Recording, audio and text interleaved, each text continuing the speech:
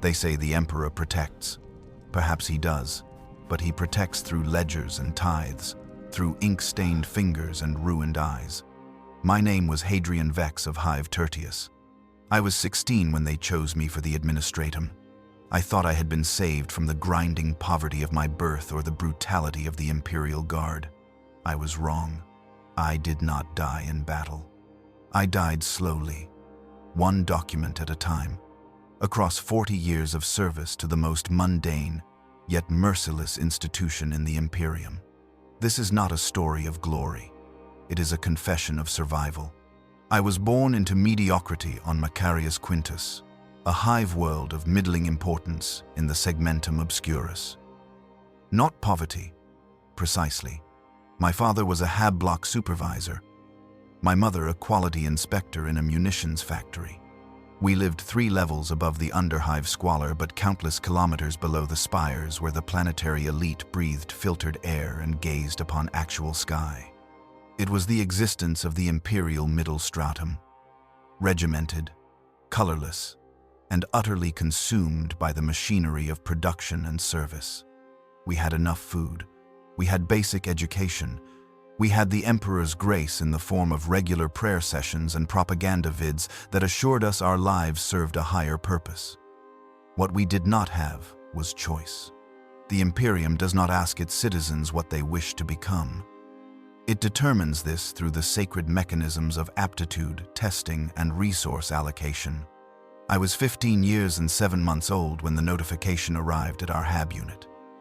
A single sheet of synthetic parchment, delivered by a chapter serf wearing the plain gray uniform of the Administratum. The document bore 17 different seals and stamps, each one authenticating its authority through the Byzantine protocols that governed imperial bureaucracy. My father's hands shook as he read it, his lips moving silently through the dense, high Gothic text. "The boy is summoned," he finally said, his voice carrying a strange mixture of pride and sorrow I did not yet understand. Aptitude. Testing in 40 days. Mandatory attendance by decree of the Sector Administratum Authority. My mother made the sign of the Aquila, her eyes glistening with tears she would not allow to fall in front of me. "The Emperor's will be done," she whispered, the ritual phrase emerging automatically from decades of conditioning. I felt excitement then. Foolish, naive excitement. The aptitude tests were legendary among Hive youth. They determined everything. Whether you would spend your life in the factories, like my mother, managing habs like my father, or perhaps, if the Emperor smiled upon you, be selected for off-world service. Stories circulated of those chosen for the Schola Progenium, for Arbeits training, for positions in the Ministorum. These were rare, certainly, but possible.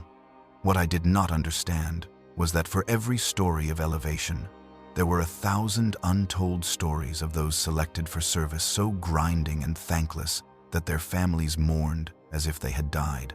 The 40 days passed in a blur of preparation.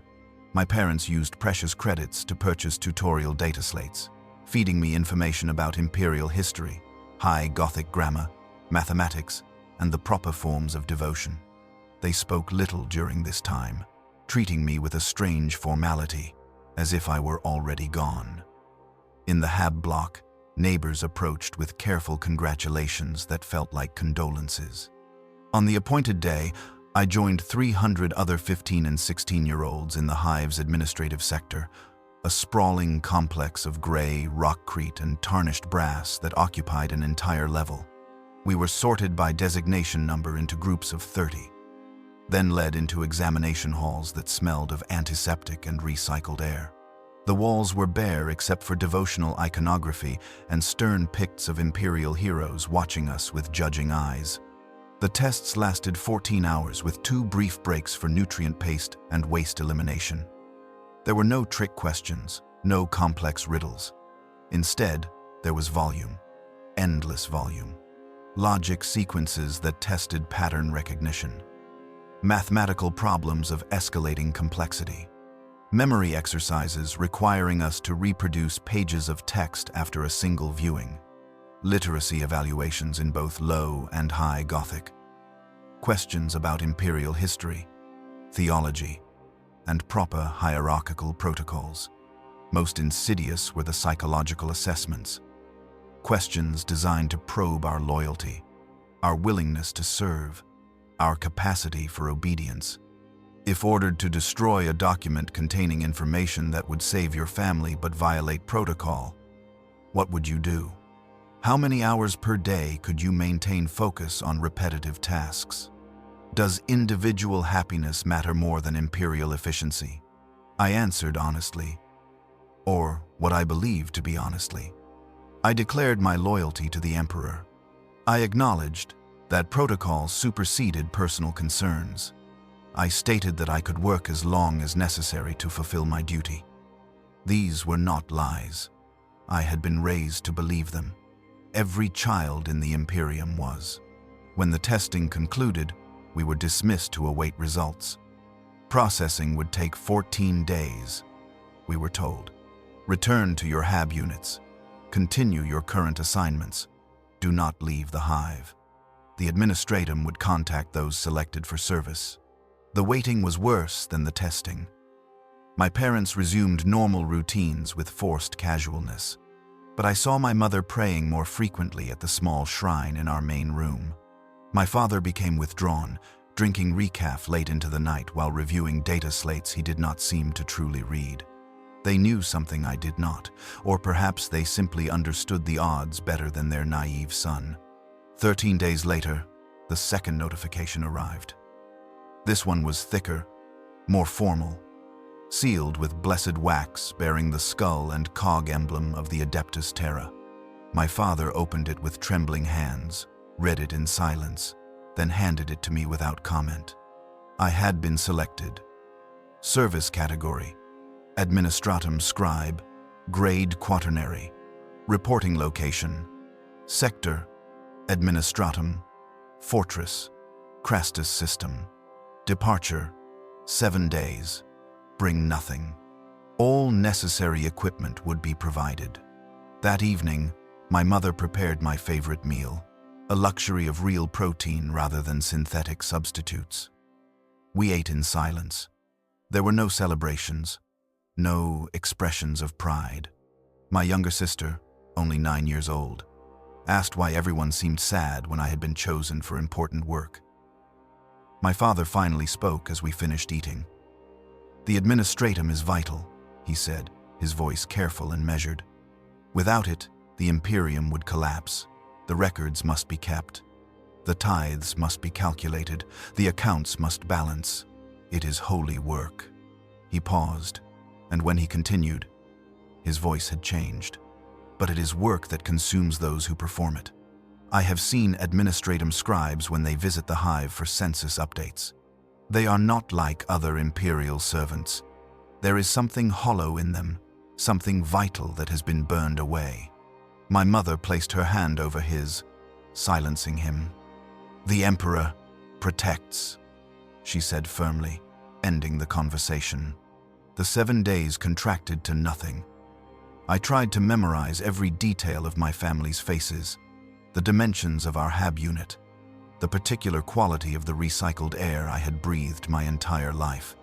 On the final evening, my parents each pressed their foreheads to mine in the traditional gesture of parting. My sister clung to me, crying without understanding why. The transport came at dawn, a dull gray shuttle bearing no decoration except Administratum ident codes. I joined 47 other selectees from across the Hive, none of whom I recognized. We ranged in age from 15 to 18, drawn from various strata of Hive society.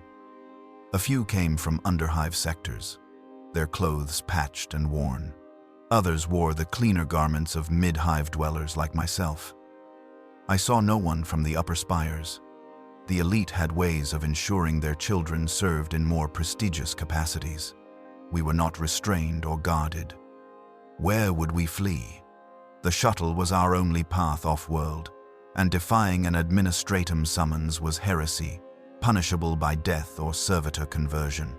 We sat in silence on metal benches as the shuttle lifted. watching through small viewports as Macarius Quintus fell away beneath us.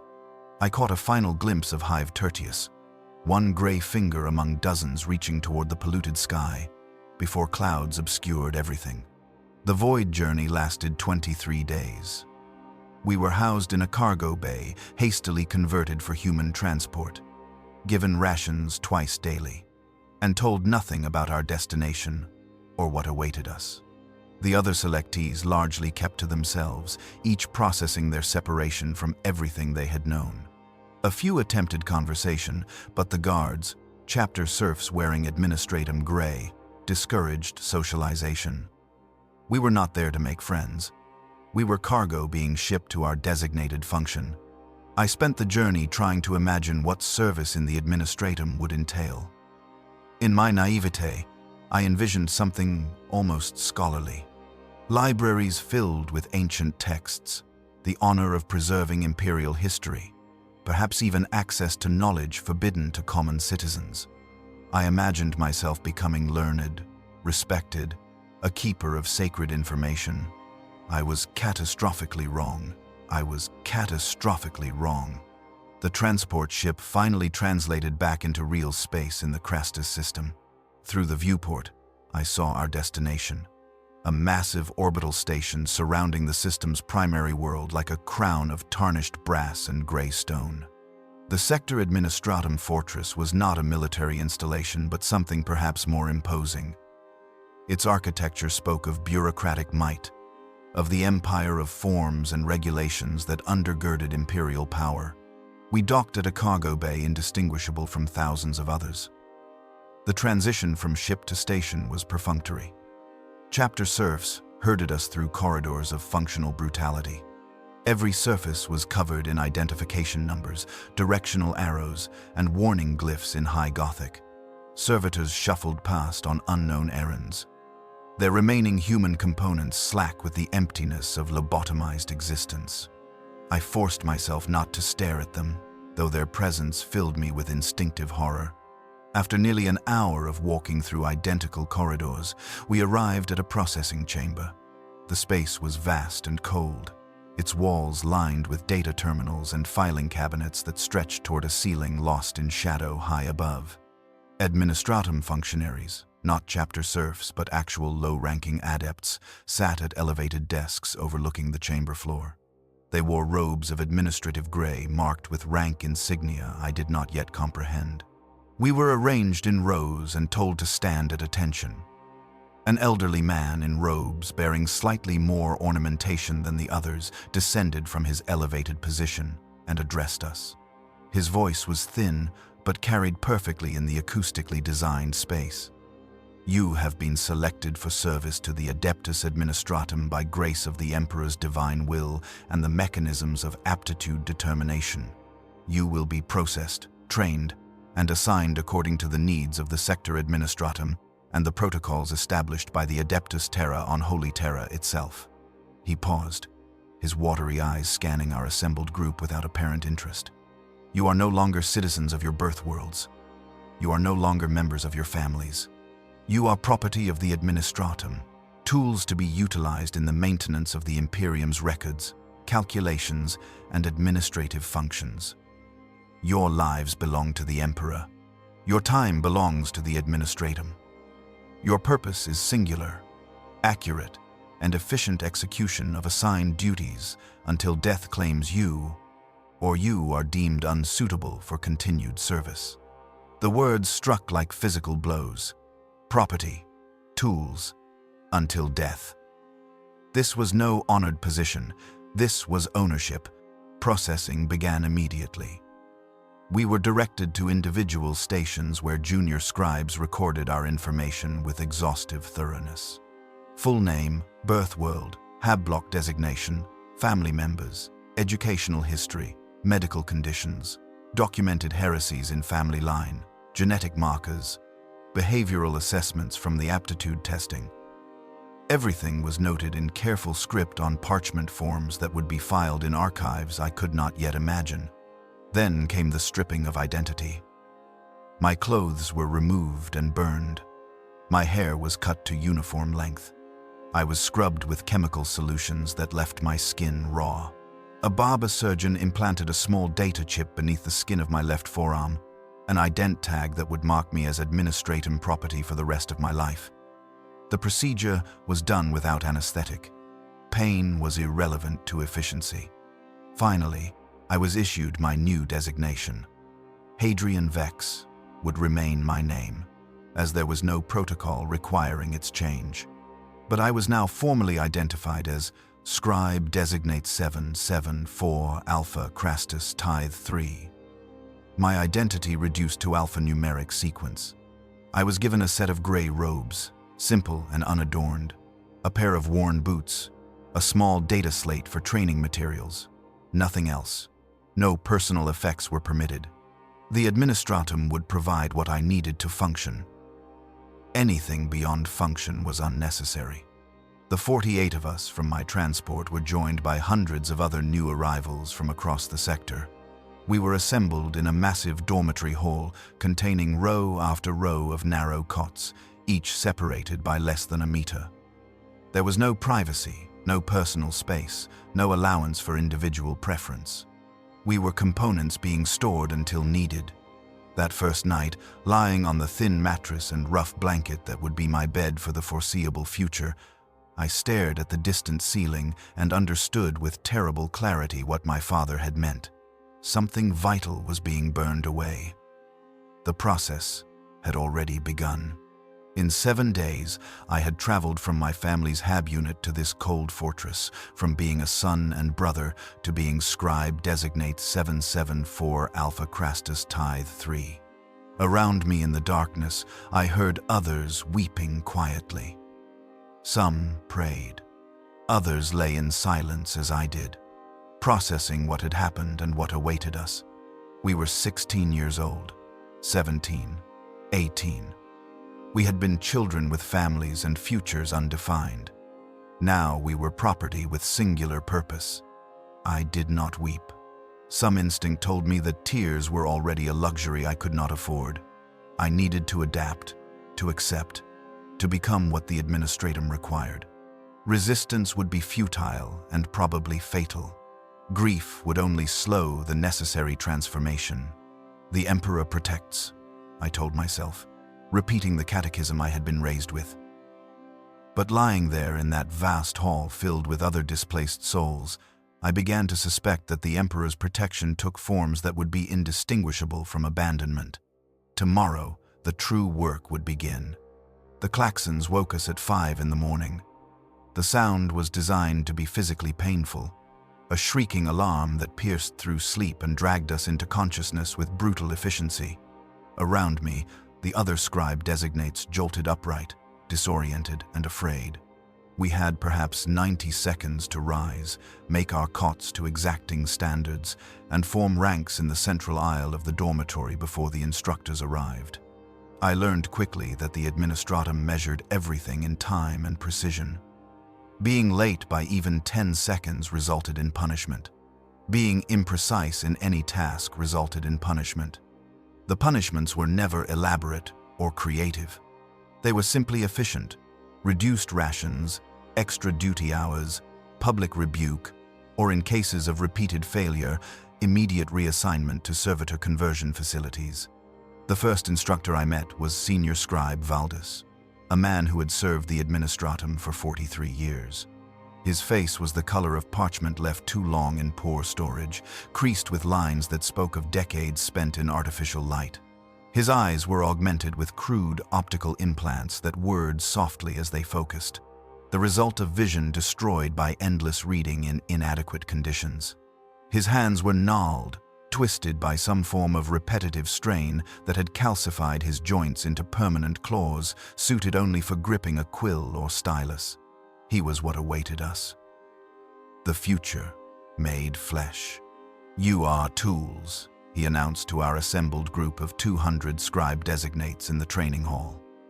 His voice was surprisingly strong, amplified by a small vox unit embedded in his throat. Tools must be shaped to purpose. Tools that cannot be shaped are discarded. Tools that break during shaping are recycled. you will spend the next 6 months being shaped. Whether you emerge as functional instruments or scrap material is entirely dependent on your capacity to learn and obey. The training regimen began immediately after morning devotions. We were marched to the Scolum Administratum, a subsection of the fortress dedicated entirely to producing competent scribes. The facility was enormous, containing dozens of training chambers, practice archives, and testing halls. Everything was designed for maximum efficiency and minimum comfort. The chairs at our assigned desks were deliberately uncomfortable, preventing us from relaxing or losing focus. The lighting was harsh and unnatural, bright enough to read by but creating no shadows where attention might wander. Our curriculum was exhaustive and exhausting. We began with Imperial Gothic in its high and low forms, though most of us already possessed basic competency. What we did not possess was the precision required by the Administratum. A single grammatical error in an official document could lead to catastrophic misunderstandings across sectors. A misplaced declension might alter a tithe calculation by orders of magnitude. We were drilled endlessly on grammatical structures, vocabulary, and the formal language protocols used in official correspondence. Senior Scribe Valdus demonstrated the importance during our second day. He displayed 2 documents on a data projector, identical except for a single word. In the first, a planet was instructed to provide 10,000 soldiers for the Imperial Guard. In the second, a scribal error had changed the number to 100,000 soldiers.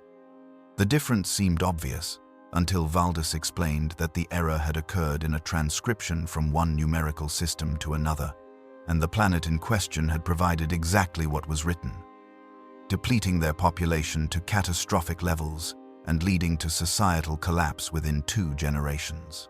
The scribe responsible was executed, Valdus said without emotion, but only after the damage was done.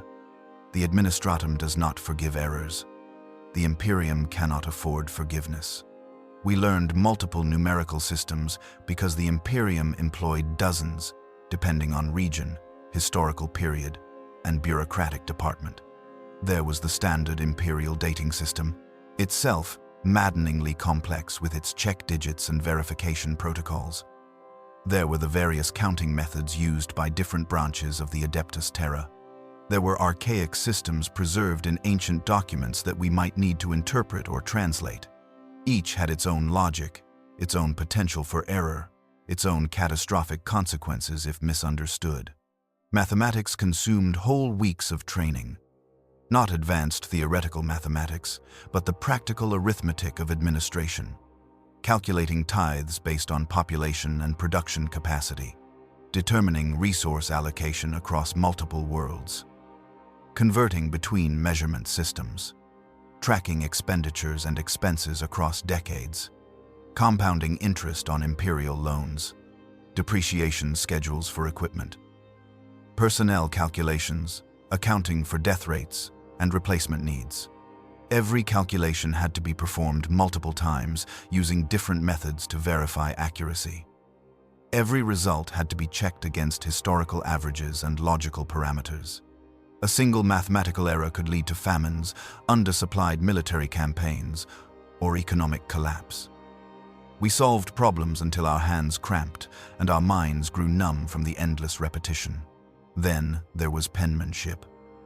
I had thought myself adequately literate, capable of writing clearly and legibly. The Administratum had different standards. We spent 4 hours per day, every day, practicing script. Not merely writing, but producing documents of such precision and uniformity that any scribe across the Imperium could read them without difficulty. Each letter had to conform to exact specifications of height, width, and spacing. Each line had to be perfectly horizontal. Each word had to be formed with economical efficiency, wasting neither ink nor parchment. We practiced with quills, the traditional instrument of the Administratum. Despite the existence of more advanced writing technologies, there was ritual significance in the quill, a connection to 10,000 years of record-keeping tradition. We learned to cut our own nibs to the proper angle, to maintain consistent pressure, to avoid blots or smears that would render a document invalid. My fingers developed calluses in new places, and my writing hand ached constantly from the repetitive motion. Instructor Scribe Hadrian, a woman whose name coincidentally matched my own, oversaw penmanship training with unforgiving standards. She would move through the rows of desks, examining our practice documents with her augmented eyes that could detect the slightest deviation from standard.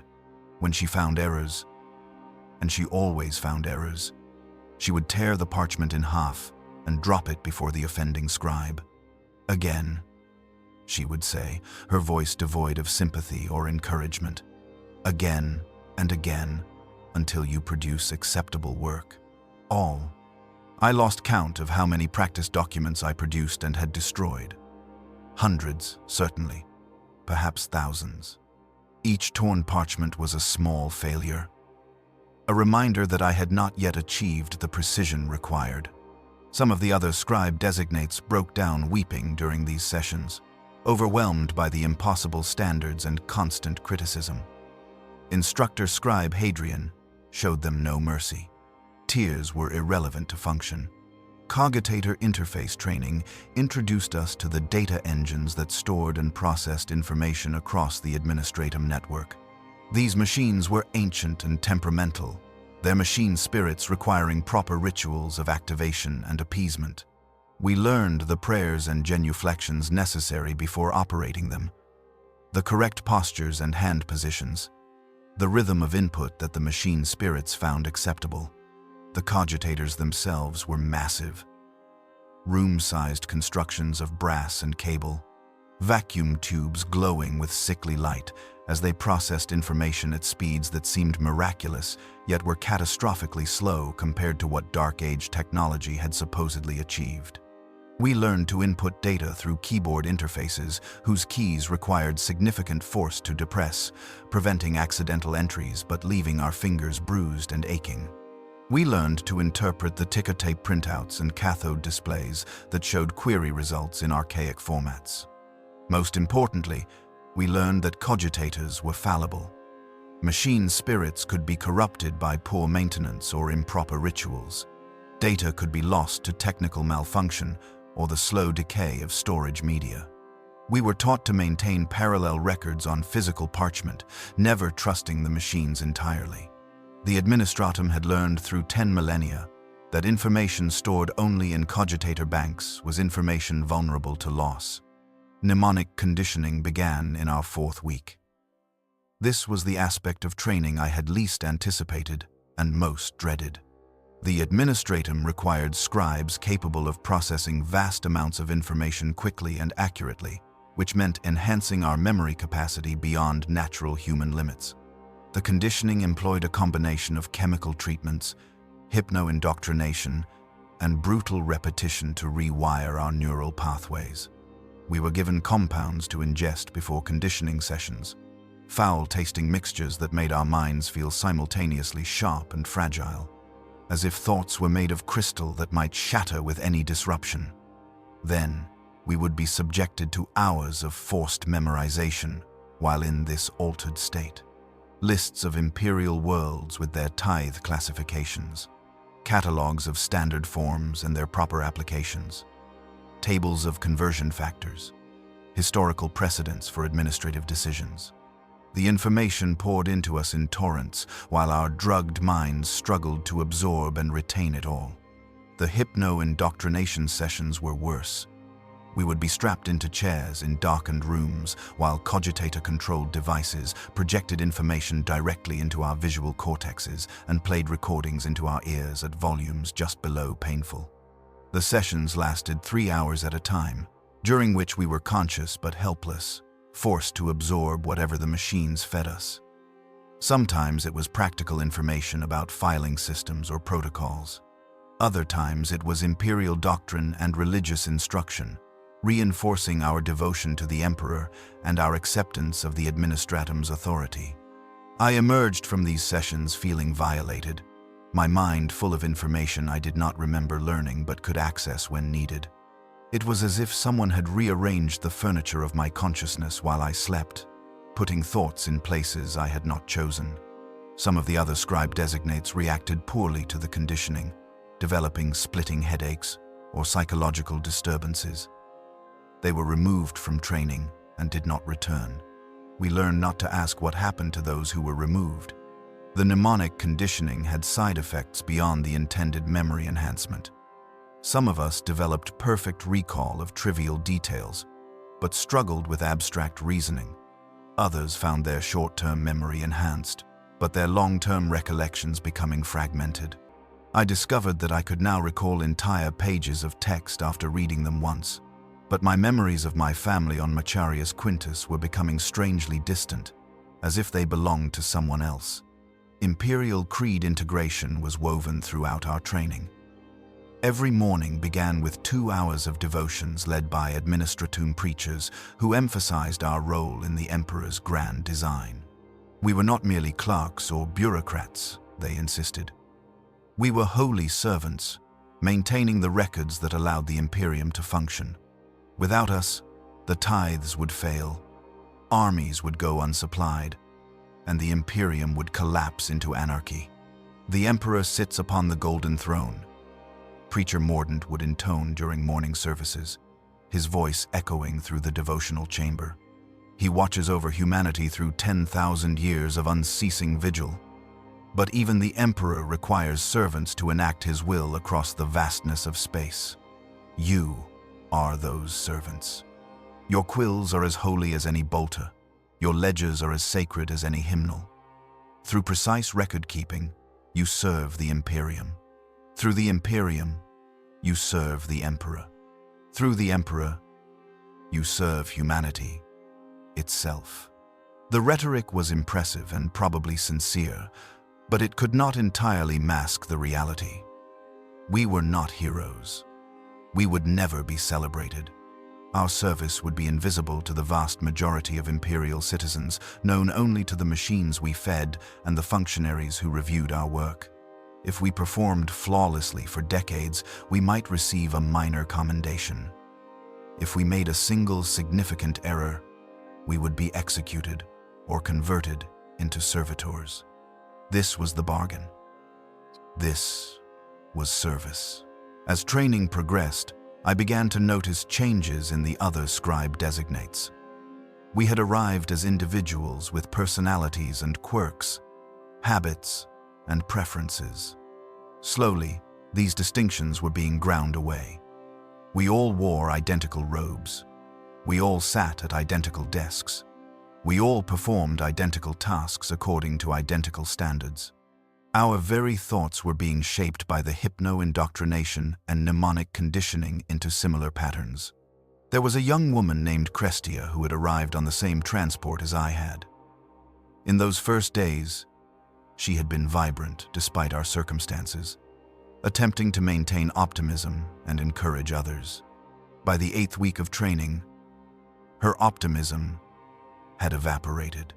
She sat at her desk with the same hollow expression we all wore, her hands moving mechanically through penmanship drills, her voice flat when reciting memorized protocols. We were all becoming Crestia. Or perhaps Crestia was becoming us. The distinction was meaningless. The instructors were our future made manifest.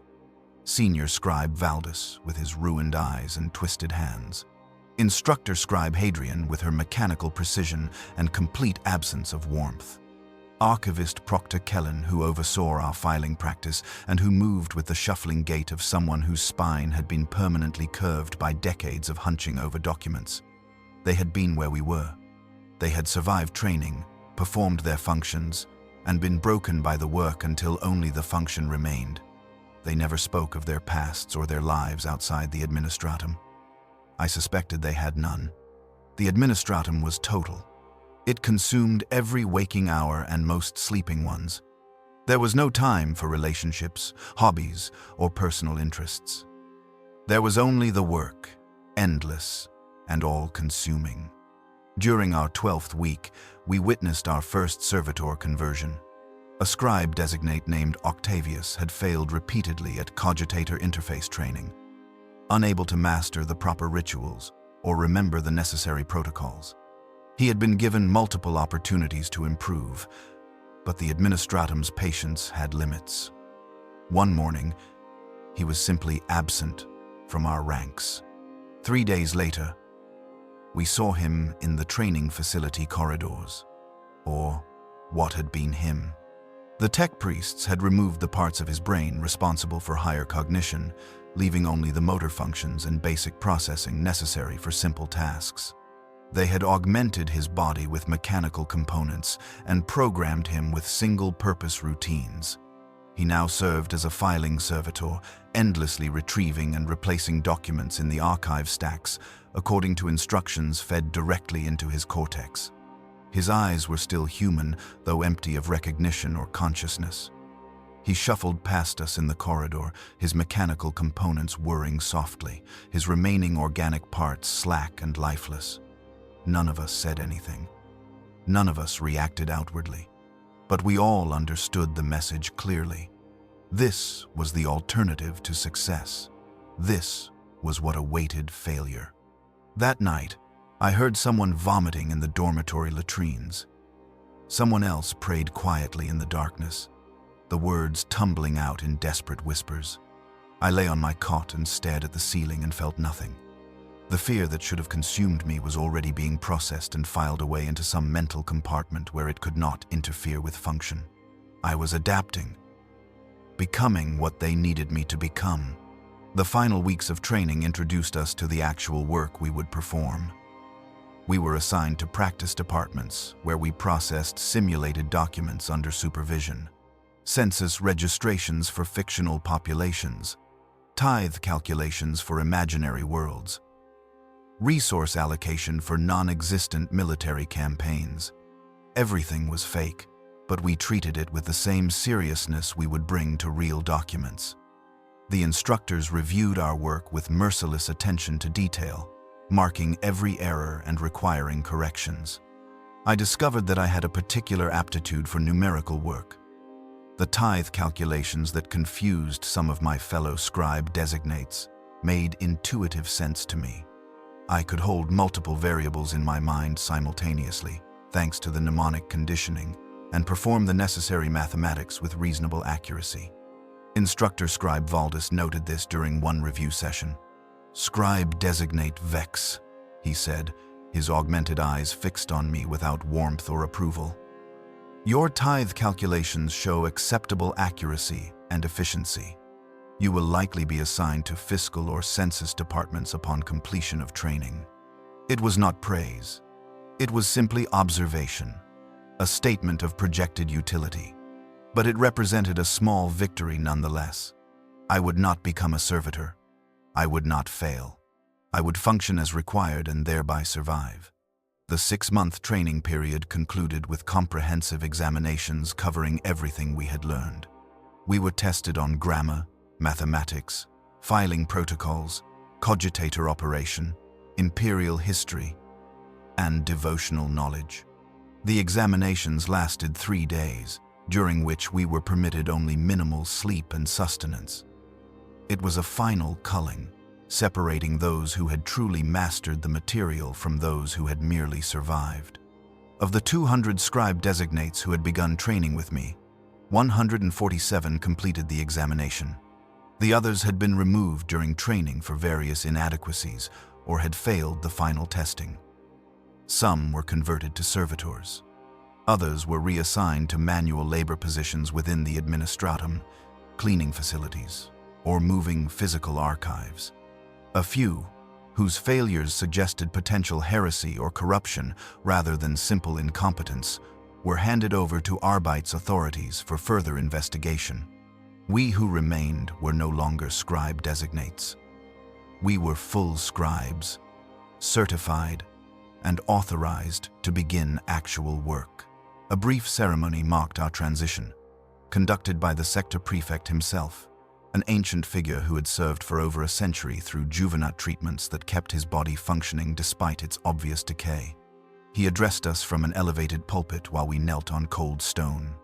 "You are the scribes of the Adeptus Administratum," he announced, his voice amplified by vox equipment to fill the ceremonial chamber. The Imperium functions through information. Worlds are governed through records. Wars are won through logistics. The Emperor's will is enacted through proper documentation. You are the instruments of this holy work. Serve with precision. Serve with devotion. Serve until death or reassignment claims you. We responded in unison, our voices blending into a single monotone. We serve the Emperor through the Administratum. Through the Administratum, we serve humanity. Through service, we find purpose. The words were empty of meaning, merely sounds we had been trained to produce. But they marked our transformation from hopeful youths into functional components of the vast machine. I was no longer Hadrian Vex of Macarius Quintus. I was Scribe 774 Alpha Crastus Tithe 3, assigned to begin work in the Census and Population Registration Division. The real horror was about to begin, though I did not yet understand this. I thought training had been the difficult part. I thought certification meant the worst was over. I was catastrophically wrong. Training had merely taught us the skills necessary for our work. It had not prepared us for what 40 years of applying those skills would do to our minds and souls. As we filed out of the ceremonial chamber to receive our permanent assignments, I passed a mirror in one of the corridors. I caught a glimpse of myself and barely recognized what I saw. My face had thinned. My eyes had developed the same distant, hollow quality I had seen in the instructors. My posture had changed, shoulders already beginning to curve forward from months of hunching over desks. I was 17 years old. I looked 40. The work would age me faster. The Census and Population Registration Division occupied 12 entire levels of the Sector Administratum fortress. I reported for duty on my first morning as a certified scribe at precisely 6 a.m. Joining a processional of gray-robed figures moving through the corridors with mechanical precision. No one spoke. No one made eye contact. We were components flowing toward our designated positions in the machine. The census halls themselves were vast beyond comprehension. Each hall stretched for hundreds of meters, the ceiling lost in shadow high above despite the harsh lumens that provided working light. Rows of desks extended in perfect parallel lines, each desk separated from its neighbors by exactly 1 1/2 meters. At each desk sat a scribe, and at each desk would sit a scribe for the next 1,000 years. Individuals changing, but the position remaining constant. My assigned station was desk 4723 in Hall Gamma 7. I found it by following the numerical markers painted on the floor in faded white paint, walking through row after row of identical workstations until I reached my designated coordinates. The desk was standard issue, a flat surface of dark wood worn smooth by decades of use, a high stool with no back support to prevent slouching, a single drawer containing quills, ink pots, blotting paper, and parchment. Behind the desk, shelving units rose to shoulder height, already half filled with document folders waiting for processing. I sat. The stool was as uncomfortable as designed. I arranged my tools according to the protocols learned in training. Quills to the right, primary ink pot within easy reach, blotting paper at the ready, blank parchment forms in a neat stack to the left. Then I waited for work to begin. Around me, hundreds of other scribes performed identical preparations. The sound was hypnotic. The rustle of parchment, the soft scrape of stools adjusting position, the occasional cough or cleared throat. No conversation. Speaking was not forbidden in the census halls, but it was discouraged. Words were inefficient. Words distracted from the work. At precisely 6:30 a.m., the work began. Servitors moved through the aisles, depositing wire baskets filled with documents on each desk. My basket contained 47 folders, each representing a batch of census data requiring transcription and verification. I opened the first folder and began to read. The document was a birth registration from a minor agri-world in the sector, recording the arrival of a male child to a family of agricultural workers. The information was sparse. Parents' names and identification numbers, date and time of birth according to local planetary calendar with conversion to imperial standard, the child's weight, and basic health assessment. Notation of any obvious mutations or deformities. Preliminary tithe category. Assignment based on family status. My task was to transcribe this information onto a permanent census form using the standardized format. Verify all calculations and conversions were accurate. Cross-reference the data against existing population records to ensure no duplication, and then file the completed form in the appropriate archive system. Each step had sub-steps. Each sub-step had protocols. Every action was prescribed by regulations developed and refined over millennia. I worked methodically, my training guiding each movement. Select appropriate form. Check parchment for defects or damage. Dip quill to proper depth in ink. Begin transcription with correct heading format. Maintain consistent script height and spacing. Verify each data point against source document. Calculate imperial date conversion using standard tables. Cross-reference family identification numbers in the census registry cogitator. The process took 17 minutes for a straightforward birth registration with no complications or anomalies. 17 minutes to reduce a human life to data points, to transform a child born on a distant world into a series of entries in the Imperium's vast records. I completed the form, blotted it carefully, and placed it in my outgoing basket. This one was a death certificate. An elderly woman on a forge world had expired from respiratory failure, common among those who spent decades breathing the polluted air of industrial facilities. The process was similar to the birth registration, but with different forms and additional data points. Cause of death, disposition of remains, status of gene seed if applicable.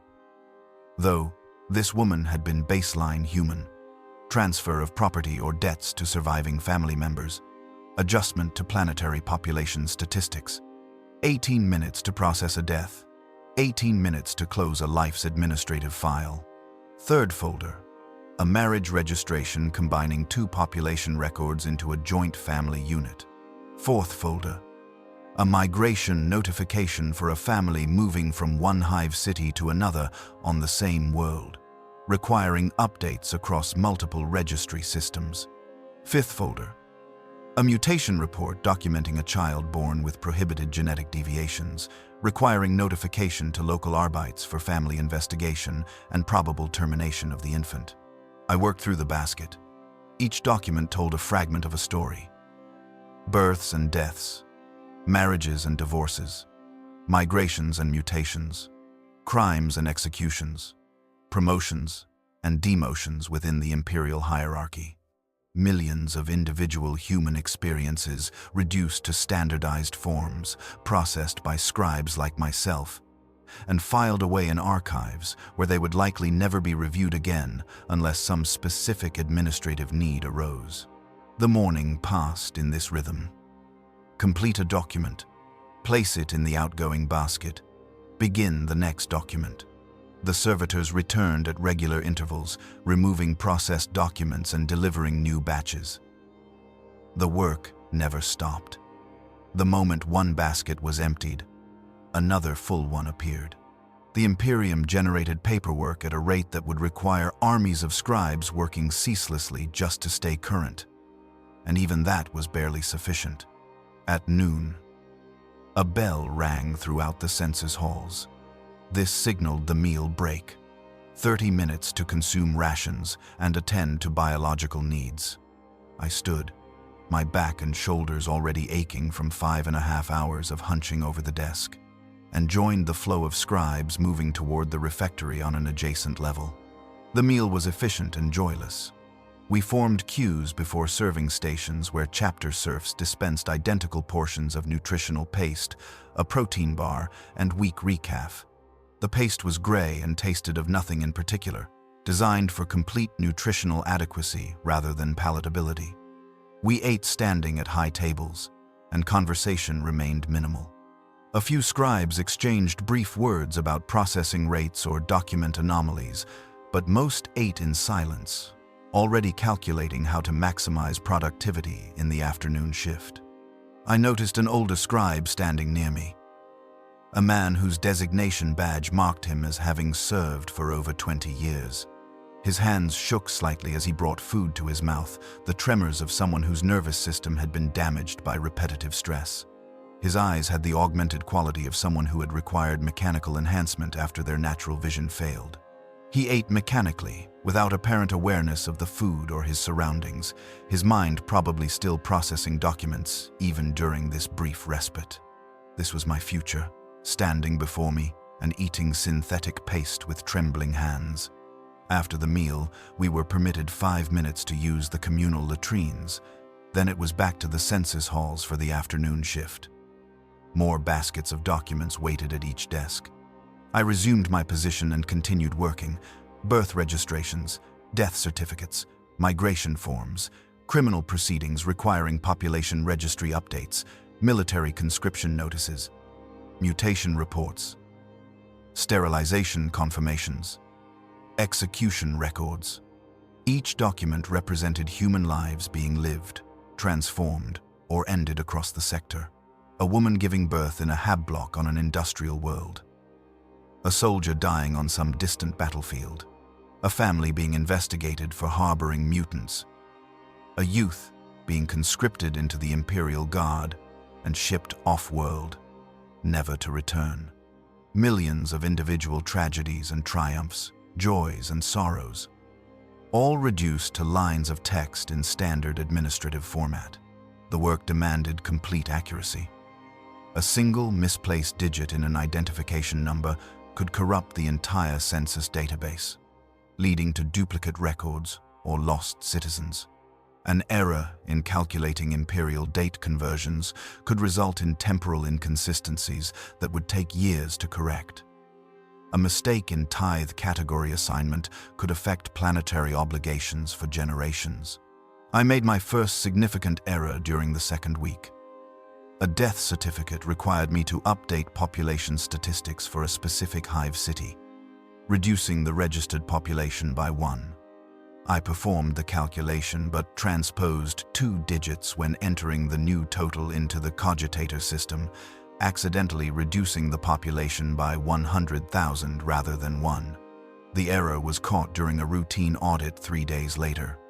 Overseer Adept Carthus summoned me to his elevated desk at the end of the hall. He was a senior administrator who supervised our division, a man whose face bore the permanent scowl of someone who had spent 30 years reviewing other people's mistakes. He did not raise his voice. He did not need to. Scribe, 774, Alpha, Crastus, Tithe. You have committed a significant error in population calculations for Hive Tertiary on Gallus Secundus.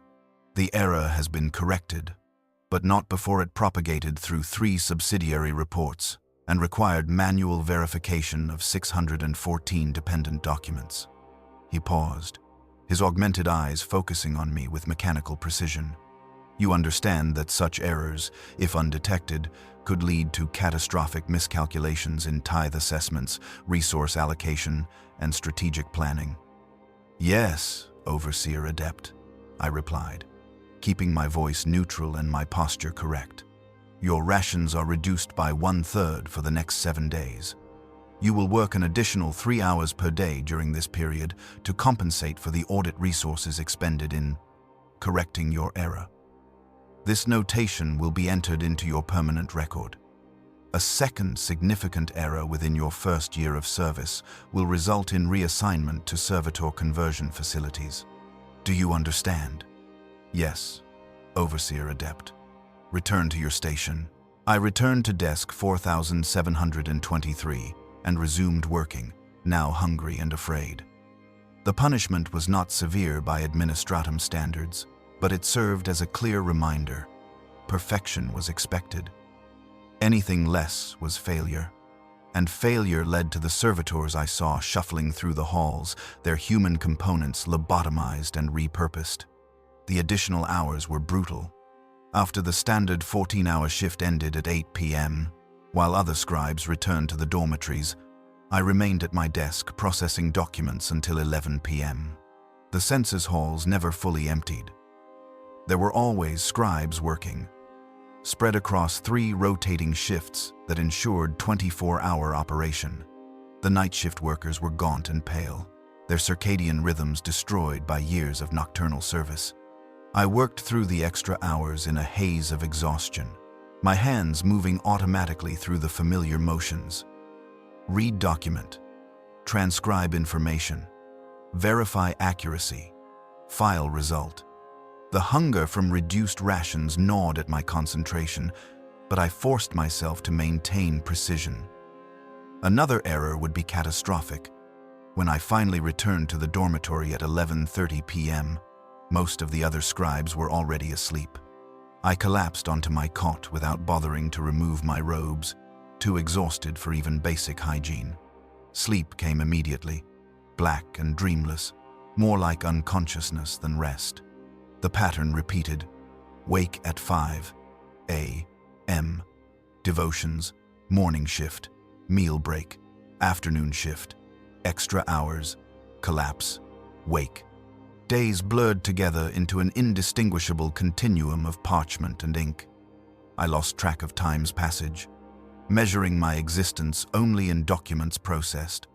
1,000 forms completed, 2,000, 5,000. Each one representing human lives I would never meet, decisions affecting people I would never know. The monotony was crushing. Every day was identical to the last. Every document followed the same protocols. Every hour brought more of the same work. There was no variety, no surprise, no deviation from the established routine. The census halls existed in a state of permanent present, where yesterday was indistinguishable from today, and tomorrow would be the same as both. I began to understand why some scribes went mad. The human mind requires variation, novelty, stimulation. Denied these things, consciousness begins to fracture. I noticed it in others first. A scribe who started laughing quietly at his desk, the sound building until overseers had him removed. Another who stopped working entirely, sitting frozen with quill in hand, staring at nothing until they came for him. A woman who began writing the same sentence over and over on every form, regardless of what information was actually required. They were taken away. Servitors or medicae, facilities or execution, I never learned which. Their desks were cleaned and reassigned within hours, as if they had never existed. The machine continued without pause. I developed coping mechanisms. I learned to enter a state of semi-consciousness while working, letting my trained reflexes handle the mechanical aspects while my mind retreated to safer places.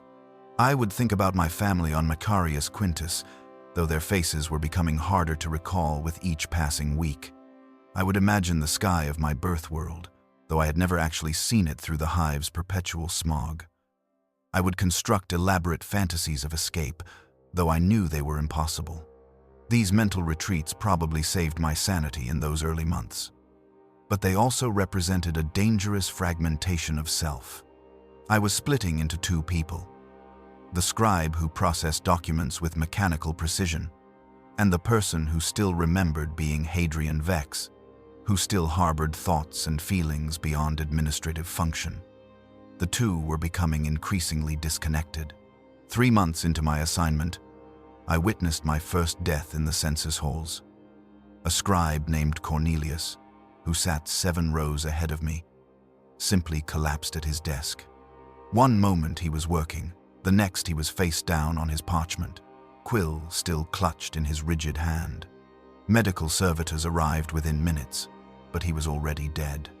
Cardiac failure, I heard someone whisper.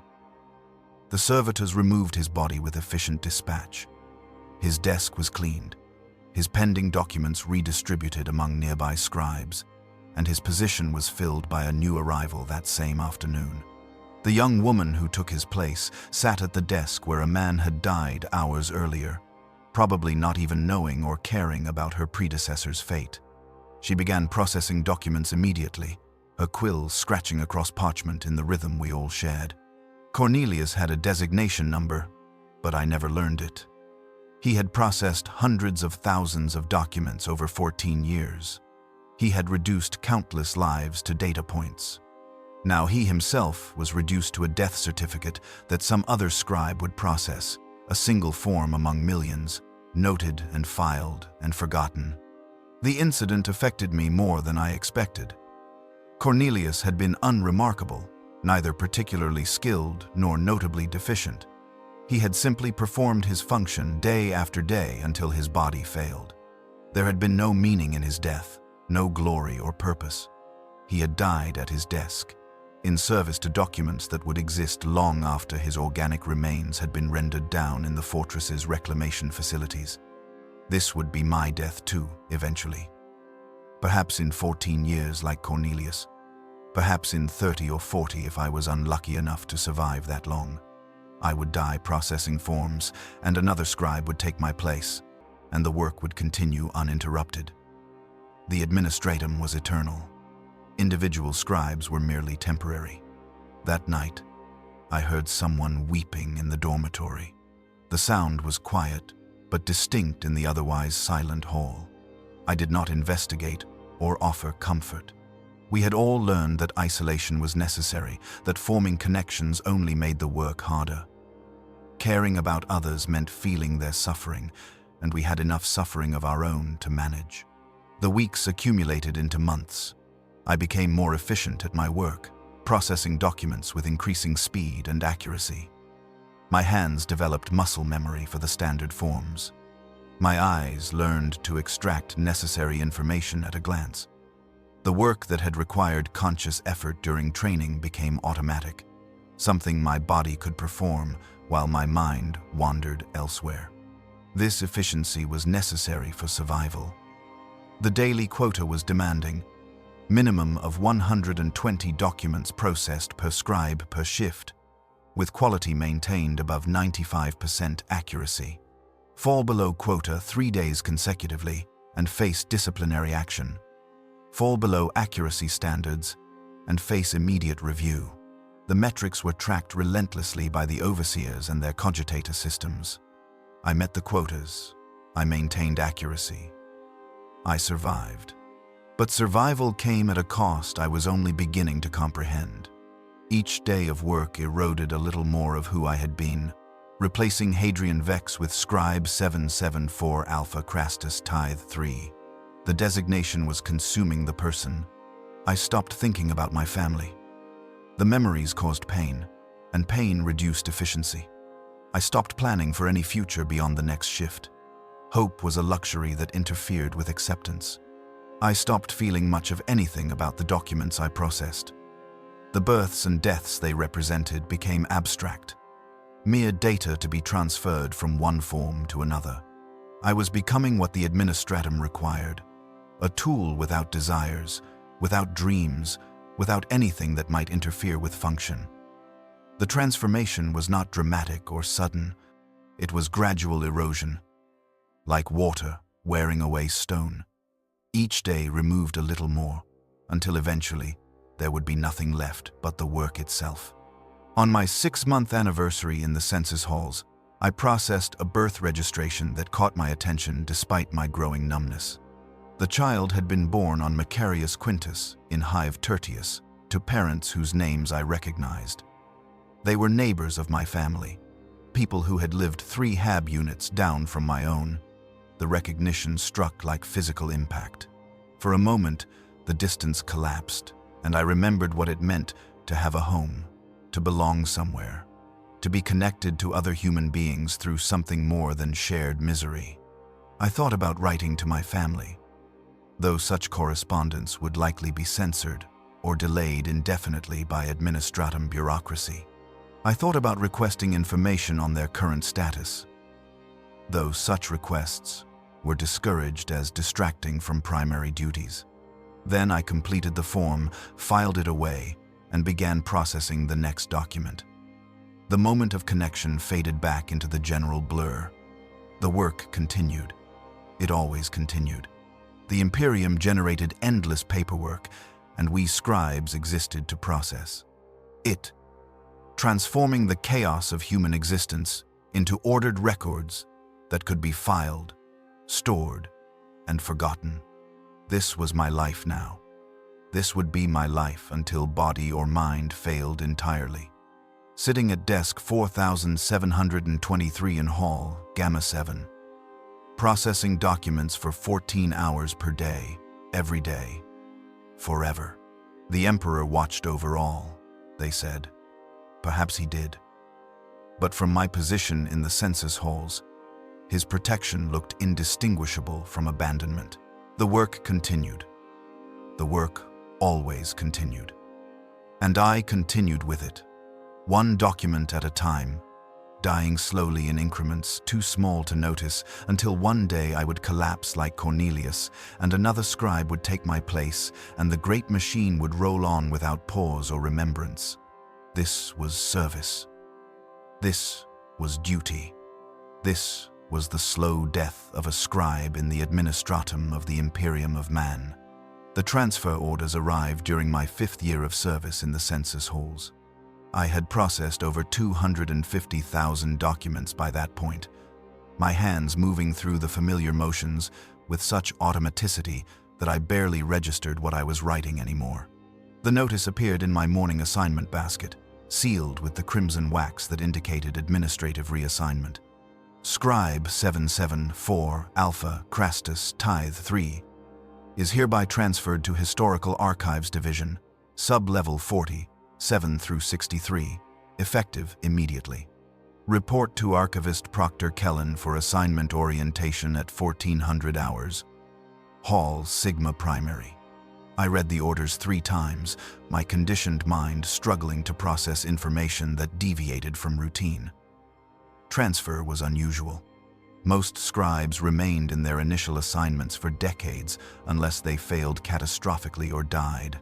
The historical archives were considered a marginally preferable posting, requiring different skills but offering slightly better conditions. Or so the rumors suggested. In the Administratum, reliable information about other divisions was scarce. At 2 p.m., I presented myself at Hall Sigma Primary, a vast entrance chamber that led to the archive levels deep beneath the fortress. The architecture here was older, the stonework dating back centuries rather than merely decades. Devotional inscriptions in archaic High Gothic covered the walls, prayers for the preservation of knowledge and the accuracy of records. The air smelled different, drier, with an underlying scent of ancient parchment and slowly decaying binding materials. Archivist Proctor Kellen waited at a desk carved from a single piece of dark wood so old it had fossilized in places. He was extraordinarily ancient, his face a landscape of wrinkles surrounding augmented eyes that glowed with a faint amber luminescence. His body was twisted by extreme spinal curvature, his back bent at such an angle that he could barely raise his head to look at me. When he moved, his joints creaked audibly, organic tissue and mechanical augmentation grinding together in arthritic protest.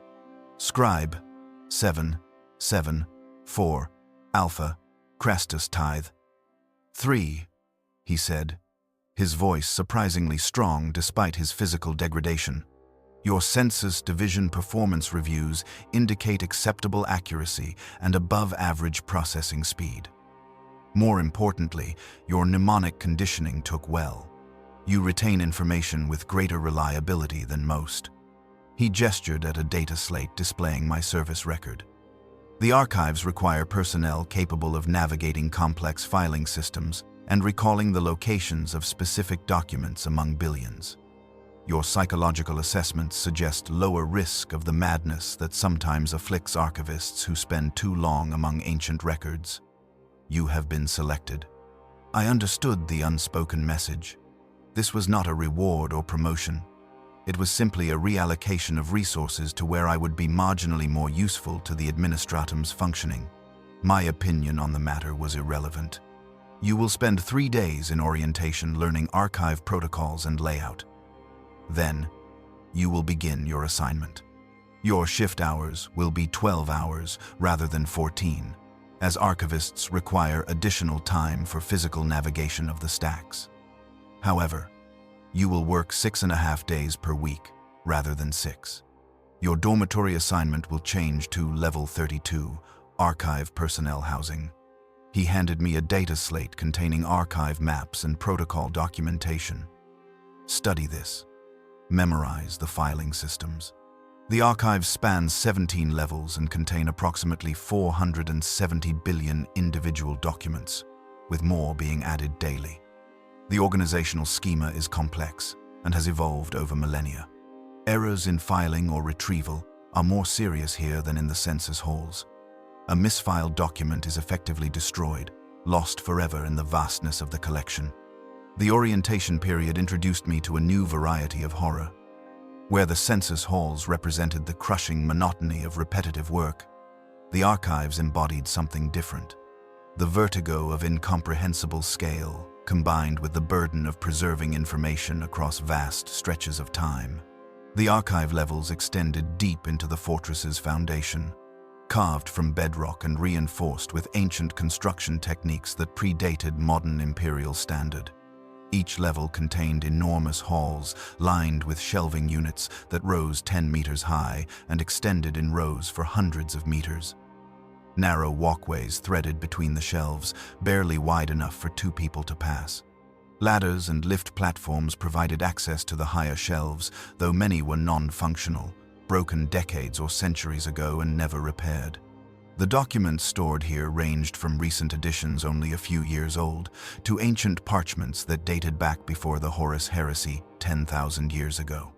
Some were in excellent condition, carefully preserved in climate-controlled sections. Others were crumbling. The ink faded to near invisibility, the parchment brittle as dried leaves. All were theoretically accessible, though in practice, many documents had been lost to time, their locations forgotten or their identifying markers rendered illegible by decay. The filing system was Byzantine in its complexity. Documents were organized by origin world, date of creation using multiple calendar systems, subject classification across dozens of categories, security clearance level, and numerous other factors that had accumulated through millennia of administrative evolution. Different sections of the archives used different organizational schemas, reflecting the preferences of long-dead archivists and reforms that had been partially implemented then abandoned. My primary duty would be retrieval and filing.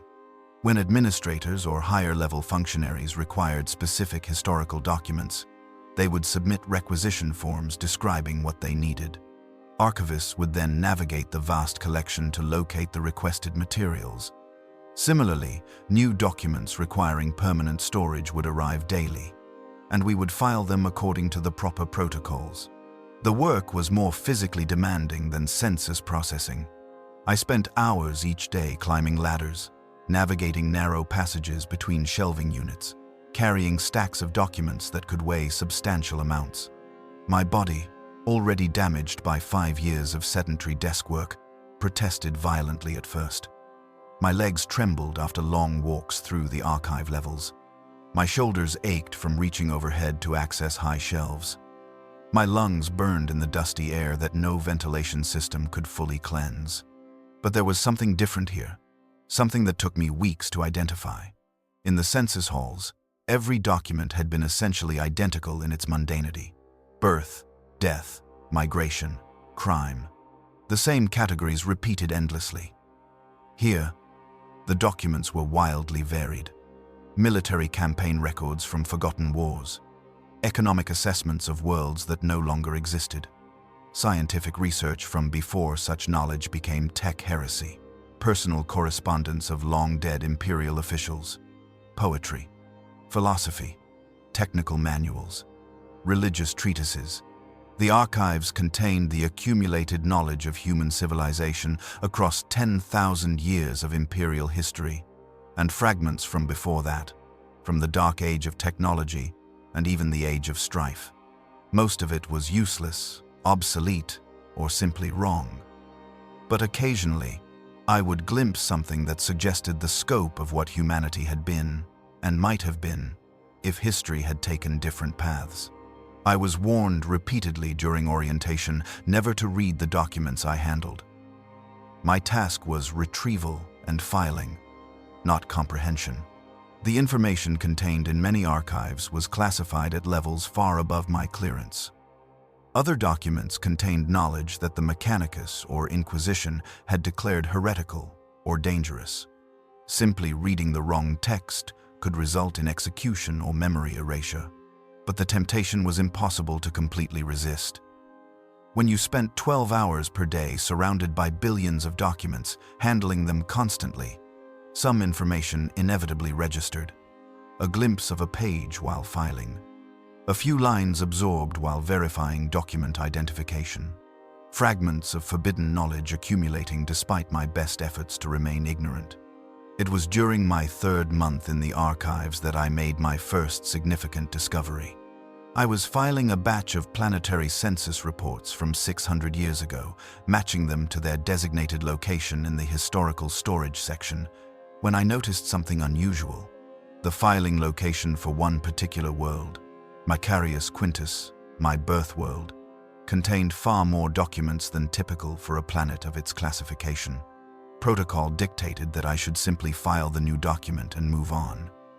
Curiosity was inefficient, but something compelled me to look more closely at the existing files. I pulled several folders and began to read, quickly at first, then with growing horror and fascination. The official history I had been taught on Macarius Quintus was sanitized, simplified, designed to promote loyalty and compliance. The archives told a different story. 500 years ago, the planet had experienced a massive worker uprising triggered by impossibly harsh tithe demands following a plague that had killed 30% of the population. The rebellion had spread across 3 Hive cities before being suppressed by the Astra Militarum and elements of the Adeptus Astartes. The documents described the suppression in clinical detail. Entire hab levels had been purged with flamers and virus bombs. The rebellion's leaders had been executed publicly, their bodies displayed for weeks as warning to others. The population had been reduced by an additional 45% during the suppression operations. The tithes had then been increased to compensate for neighboring worlds that had failed their obligations. None of this appeared in official planetary histories. The rebellion had been erased from collective memory, mentioned only in classified archives that ordinary citizens would never access. The current population of Macarius Quintus had no idea that hundreds of millions of their ancestors had died fighting against the very system they now served without question. I should have stopped reading. Instead, I searched for more recent documents from my homeworld. I found records of tithe calculations showing that Macarius Quintus consistently operated at barely sustainable population levels, with mortality rates deliberately maintained high enough to suppress any potential for future organized resistance. I found medical reports documenting genetic damage from industrial pollution that authorities knew about but chose not to address. I found correspondence between planetary governors and sector administrators casually discussing population management through controlled famine and work accidents. My world, my people, were being slowly ground down by deliberate policy. The poverty and suffering I had grown up witnessing were not unfortunate necessities but calculated choices made by administrators who viewed human lives as mere numbers to be optimized for imperial benefit. The knowledge sat in my mind like poison. I could not unknow what I had learned. The comfortable certainties of my indoctrination cracked under the weight of documented truth. The Imperium I served was not simply harsh by necessity but deliberately cruel in its efficiency. The suffering was the point, not an unfortunate side effect. I refiled the documents with shaking hands and returned to my assigned duties, but something fundamental had shifted. I began to pay more attention to the materials I handled, reading fragments here and there despite the risks. The archives were filled with such stories: rebellions erased from history, atrocities committed in the emperor's name, entire populations sacrificed for administrative convenience. The deeper I went into the archives, the older and stranger the documents became. The lowest levels contained materials from the Imperium's founding, from the Great Crusade, when the emperor himself had walked among men. Some documents were so ancient and fragile that touching them required special equipment and protective measures. Others were sealed in stasis fields, their contents deemed too dangerous for routine access. I worked primarily in levels 52 through 58, a region that contained administrative records from the mid-period of imperial history, roughly 3,000 to 6,000 years ago. The documents here were old enough to show how much the Imperium had changed, yet recent enough to remain comprehensible to someone trained in modern protocols. The work was solitary. Unlike the census halls where hundreds of scribes worked in close proximity, the archives were vast and largely empty. I might go entire days seeing only a handful of other archivists, distant figures glimpsed between shelving units or passing in the corridors. We rarely spoke beyond essential communication about document locations or filing procedures. The silence was both blessing and curse. It allowed for concentration without distraction, but it also amplified the sense of isolation. The archives felt haunted, not by spirits but by the weight of accumulated history, by the ghosts of all the people whose lives had been reduced to documents and then filed away to be forgotten. I encountered archivist Proctor Kellen occasionally during my rounds. Despite his title of Proctor, which suggested supervisory authority, he seemed to spend most of his time simply wandering the archives, running his twisted hands along the shelves as if communing with the documents through touch. Once, I found him standing motionless in a narrow aisle, staring at a particular shelf with an expression I could not interpret. 47 years. He said without looking at me, his voice barely above a whisper. I have been searching for a document for 47 years. A single parchment, misfiled during the reorganization of the 1820s. I know it exists. I have seen references to it in other materials, but I cannot find it. He turned his glowing, augmented eyes toward me. The archives are infinite, Scribe Vex. Oh, they are finite in the literal sense, but they might as well be infinite. A human lifetime is insufficient to learn even a fraction of what is stored here. Documents are lost constantly, buried in the vastness, waiting for someone to need them who never comes. His words stayed with me. The archives were not just a library but a form of entropy. Information gradually becoming inaccessible, not through destruction, but through sheer, overwhelming volume. Knowledge existed but could not be found, which was functionally equivalent to not existing at all. I learned to navigate the archives by a combination of the official filing systems and intuitive pattern recognition. After months of work, I developed a sense for where certain types of documents were likely to be found, understanding the logic of long-dead archivists who had organized these sections. This ability made me more efficient at retrievals, which brought me to the attention of the senior archivists. One morning, I was summoned to meet with Chief Archivist Moros, a woman who had served in the archives for over 80 years. She had been kept alive through juvenile treatments. Her biological age arrested at approximately 60, though her chronological age exceeded 100. Her office was located on level 47, in a space carved from the rock and lined entirely with shelves containing what I assumed were particularly important or frequently accessed documents. Scribe Vex, she said, her voice crisp and commanding despite her age, your retrieval efficiency has been noted. In 7 months, you have located 93% of requested documents within acceptable timeframes. This is above average for archivists with your limited experience. She gestured to a chair, and I sat, unsure where this conversation was leading. The archives serve multiple purposes, she continued. Obviously, we preserve historical records for administrative reference. But we also maintain classified materials of varying security levels. You have been cleared for level Omega access, which permits you to handle documents up to and including those marked restricted Imperial eyes only. This is a significant responsibility. She retrieved a data slate and handed it to me.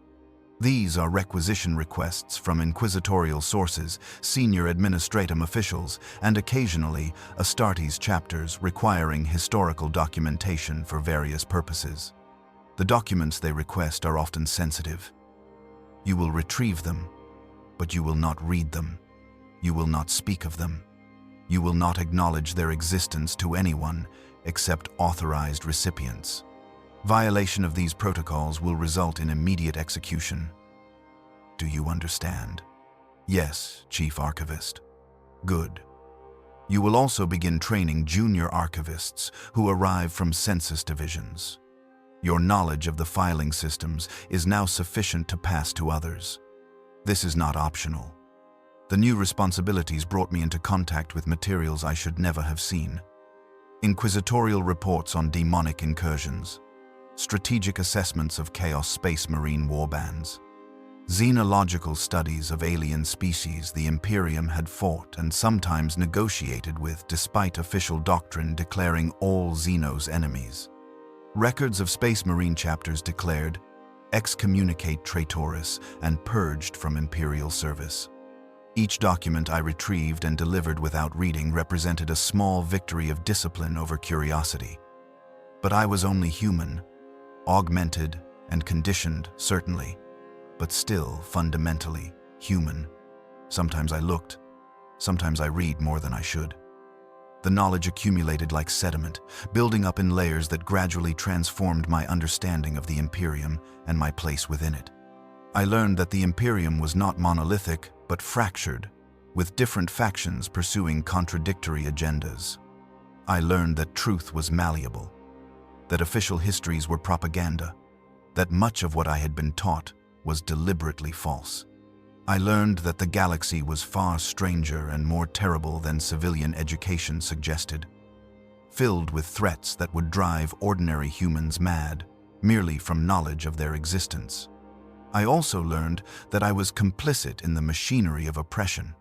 Every document I filed, every record I preserved, helped maintain the system that ground down trillions of human lives in the name of survival and order. The archives were not neutral repositories of knowledge, but tools of power, used to maintain control and justify atrocity. The psychological burden grew heavier. In the census halls, the work had been mind-numbing but simple. Here, the work was complex and engaging, but it came with the weight of knowledge I could never share and truths I could never act upon. I was trusted with secrets that explained the fundamental injustices of Imperial society, but I was powerless to change anything. I could only continue serving the machine, filing its sins away in ordered rows where they would be preserved but never addressed. I began to understand why some archivists went mad. It was not the isolation or the physical demands of the work. It was the knowledge itself, the accumulated awareness of how terrible the Imperium truly was beneath its golden facade. We were taught that the Emperor protected, that suffering served a higher purpose. The archives proved this was mythology, comforting fiction to maintain compliance. During my second year in the archives, I encountered the oldest documents I had yet seen. A requisition came from a Mechanicus Magos seeking materials from the founding of the Administratum itself. Shortly after the Emperor's ascension to the Golden Throne, the documents were stored in level 63, the deepest archive level, in a section I had never visited. The descent took nearly an hour, following stairwells and ancient elevators that creaked ominously as they lowered me into the fortress's foundations. Level 63 was colder than the upper archives. The temperature kept deliberately low to preserve the ancient materials. The lighting was dimmer, lumens spaced farther apart, creating pools of shadow between each pool of light. The document I sought was filed in a section containing administrative correspondence from the 31st millennium, 9,000 years ago. I found the filing location, and began searching through the deteriorating folders, my hands careful on the fragile parchment. What I found was not exactly what had been requested, but it stopped me nonetheless. A memorandum from one of the first Lord Administratums, written in archaic High Gothic that I could barely decipher. The text discussed the necessity of creating a permanent administrative class, a population of humans who would sacrifice their lives to maintain the Imperium's records and calculations. The work will destroy them, the document stated plainly. The volume is too great, the precision required too demanding, the conditions too harsh for human psychology to withstand indefinitely. But there is no alternative. The Imperium's scale requires millions of scribes working ceaselessly, and they must be replaced as they fail. This is acceptable cost. Scribes are replaceable. The records are not. I stood in the ancient archive, holding a document that casually acknowledged what I had lived. That my suffering was not accidental, but designed into the system from its founding. The Administratum knew what it did to its servants. It had always known. The destruction of scribes like myself was not a failure of the system, but its intended function. I carefully refiled the memorandum and located the actual requested document. I delivered it to the Mechanicus Magos without comment, then returned to my regular duties. But the words echoed in my mind. Acceptable cost. Scribes are replaceable. That night, I lay in my dormitory bunk and stared at the ceiling and wondered how many other archivists had read similar documents and come to similar realizations. How many had learned the truth and then simply continued working because there was no alternative. How many had chosen to remain ignorant, refusing to read anything beyond what was strictly necessary, because knowledge was its own form of torture. I had been in the archives for 2 years. I was 7 years into my service to the Administratum. My body was damaged, my eyes were failing despite augmentation. My hands had developed the same tremors I had seen in older scribes. And now my mind carried the weight of knowing exactly how disposable I was, how deliberately my suffering had been built into the institution I served. The archives were deeper than I had imagined, containing not just documents but the concentrated misery of imperial history. Every shelf held stories of suffering, records of atrocity, evidence of cruelty justified by necessity. I was the keeper of these secrets, the custodian of truths that must be preserved but never acted upon. This was my new existence. This would be my life until mind or body failed entirely, walking through endless halls of accumulated tragedy, filing away the evidence of humanity's long decline, knowing everything and capable of changing nothing. The Emperor watched over all, they said. Perhaps he did, but in the archives, surrounded by 10,000 years of documented horror, his protection felt very far away indeed. The reassignment orders arrived during my 12th year of service. I had spent 7 years in the archives, my body adapting to the physical demands while my mind accumulated knowledge I wished I could forget. The transfer came without warning or explanation, as all administrative decisions did. One morning, I found the notice among my daily retrieval assignments. Report to the Tithe Assessment and Calculation Division, Level 18, immediately upon completion of current shift. The Tithe Assessment Division occupied a different philosophical space than either the census halls or the archives. Where census work had been monotonous and archive work had been isolating, tithe calculation was something else entirely. It was the mathematics of empire, the cold arithmetic that determined how much each world would sacrifice to sustain the Imperium's endless wars and vast bureaucracy. Division Chief Calculus Adept Throne was a man who had been augmented so extensively that calling him human required generous interpretation. His skull had been opened and fitted with cogitator components that processed numerical data at speeds far beyond organic capability. His eyes had been replaced with multi-spectrum optical sensors that could read data slates at distances of 50 meters. His hands were mechanical, precise instruments capable of manipulating calculation devices with perfect accuracy. When he spoke, His voice carried the flat affect of someone whose emotional centers had been deliberately suppressed to improve cognitive function. "Scribe Vex," he said, his mechanical eyes focusing on me with unnerving stillness. "Your archive service demonstrates acceptable accuracy with complex filing systems and tolerance for handling sensitive materials. Your psychological assessments suggest sufficient emotional detachment to handle the realities of tithe calculation. You have been selected for training in this division." He gestured to a workstation among hundreds that filled the vast calculation hall. Unlike the census halls with their individual desks, or the archives with their labyrinthine stacks, the tithe division was organized around large communal work areas. Groups of 6 to 8 scribes sat at connected workstations, sharing data engines and cross-checking each other's calculations. The arrangement was deliberate. Tithe assessments were too important to trust to individual work. Every calculation required multiple verifications. "The Imperium survives through extraction," Throne continued, his augmented voice carrying no inflection. "Every world contributes according to its capacity. Men for the Imperial Guard and Navy, materials for weapons and ships, food for hive worlds that cannot feed themselves, promethium for the vast engines of war. Our task is to calculate precisely what each world can provide without collapsing into dysfunction." He handed me a data slate containing overview materials. "You will train for 3 months under Senior Calculus Scribe Ven. Then you will join a calculation team processing tithe assessments for worlds in the sector's tertiary classification. Errors in these calculations can lead to catastrophic outcomes. Worlds overteethed into rebellion or collapse. Military campaigns undersupplied and lost. Resources misallocated across entire subsectors. The margin for error is 0.01%. The training was intensive and revealed complexities I had never imagined.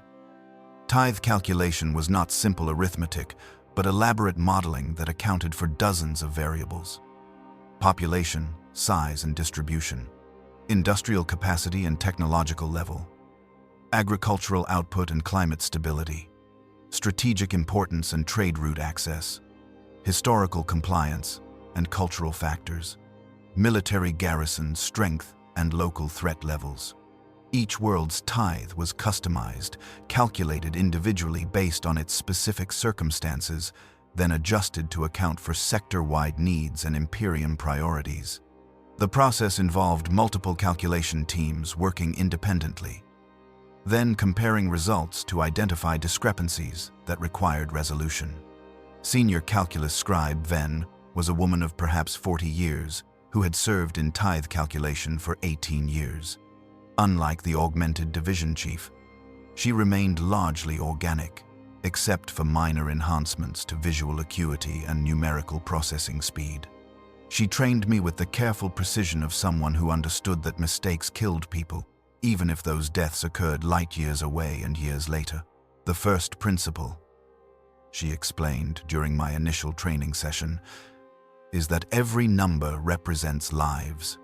When we calculate that a world must provide 1 million soldiers for the Imperial Guard, we are determining that 1 million families will lose sons and daughters.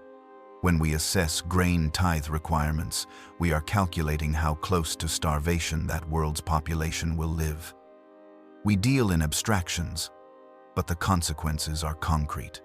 She pulled up a case study on her data slate. 3 years ago, a calculation team in this division made an error. They transposed 2 digits in a population assessment for a hive world, overestimating its population by a factor of 10. Based on that error, the world's tithe was increased proportionally.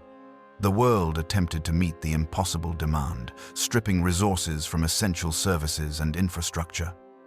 Within 2 years, the hive's recycling systems began failing. Cascading failures led to mass starvation, then riots, then open rebellion that required military suppression. She paused, her eyes fixed on mine. 47 billion people lived on that world. 11 billion died in the crisis and suppression. The calculation team responsible was executed after investigation determined the error was due to negligence rather than sabotage. But their deaths did not resurrect the 11 billion. The mathematics are unforgiving. The weight of that responsibility settled on me like a physical burden. In the census halls, errors affected data integrity but rarely had immediate consequences. In the archives, misfiled documents might be lost, but the damage was primarily to information accessibility. Here, mistakes meant death on scales difficult to comprehend. I began my training with historical tithe calculations, reviewing past assessments and understanding the reasoning behind specific decisions. I learned the formulas used to calculate military tithes based on population and threat assessment. I studied the tables that determined material contributions based on industrial output and resource availability. I practiced the modeling techniques that projected future capacity and accounted for expected population growth or decline. The work required a peculiar form of abstraction. I had to think about human populations as numerical resources, about lives as data points in complex equations. Emotional response was counterproductive. Sympathy for the worlds being tithed would cloud judgment and lead to errors. The Administratum required cold calculation, decisions made purely on mathematical basis, without sentiment or mercy. After 3 months of training, I was assigned to Calculation Team Theta 7, responsible for assessing tithes for tertiary classification worlds in the sector's spinward regions. My teammates were experienced calculators who had worked together for years, their processes refined through long practice. I was the replacement for a scribe who had suffered cognitive breakdown and been reassigned to less demanding duties. Our team occupied a workstation cluster in the southeastern section of the calculation hall. Each of us had access to a cogitator terminal connected to the division's central data engines. We received raw survey data from worlds throughout our assigned region. Population censuses, industrial output reports, agricultural yield assessments, military garrison strength evaluations. Our task was to process this information and generate tithe recommendations that would be reviewed by senior adepts before implementation. My first independent calculation involved a world called Tertius Forge, a minor industrial planet producing munitions components for the Imperial Guard. The survey data indicated a stable population of approximately 3 billion, with 60% employed in manufacturing or supporting industries. The world had met its previous tithe obligations consistently, with no history of rebellion or significant unrest. I worked through the calculations methodically, following the established formulas. Population multiplied by tithe grade factor, adjusted for industrial specialization, modified by strategic importance rating, corrected for historical compliance record. The mathematics generated a recommended guard tithe of 90,000 soldiers annually, a materiel tithe of 420,000 tons of munitions components quarterly, and a financial tithe of 8 million thrones yearly. The numbers seemed reasonable, falling within historical ranges for worlds of similar classification. I submitted my calculations to the team for verification. Senior Scribe Ven reviewed my work, checking each formula application and data input. She found no errors. The other team members performed independent calculations using slightly different modeling approaches. Their results aligned with mine within acceptable variance. Our recommendation was forwarded to senior adepts for final approval. 3 days later, it was ratified and transmitted to Tertius Forge's planetary governor. The world would now organize its society to meet these demands, likely tightening already harsh working conditions, extending conscription age ranges, and squeezing additional productivity from an exhausted population. I had determined the suffering of 3 billion people with a series of calculations that took me less than 6 hours to complete. The realization of what I had done came gradually. That night in the dormitory, I lay awake thinking about Tertius Forge. 90,000 families would lose members to the Guard, children and parents and siblings who would likely never return from whatever battlefields they were deployed to. The munitions output increase would be achieved through longer work shifts, and reduced safety standards, leading to more industrial accidents and deaths. The financial tithe would be extracted through taxation that would impoverish the lower classes, while the elite found ways to avoid their share. I had done this. My calculations had set these events in motion. The mathematics were sound, the formulas correct, but the human cost was staggering, and this was merely one world. Our team processed dozens of tithe assessments each month. Across the sector, hundreds of calculation teams performed similar work.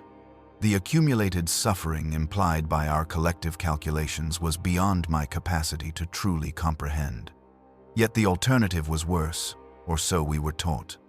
The Imperium required these resources to survive. The endless wars against chaos, xenos, and internal rebellion consumed men and materiel at catastrophic rates. Without the tithes, without the constant extraction of resources from every world, the Imperium would collapse and humanity would fall to its enemies. This was the justification, the reasoning that made our work acceptable. But knowing the necessity did not eliminate the guilt.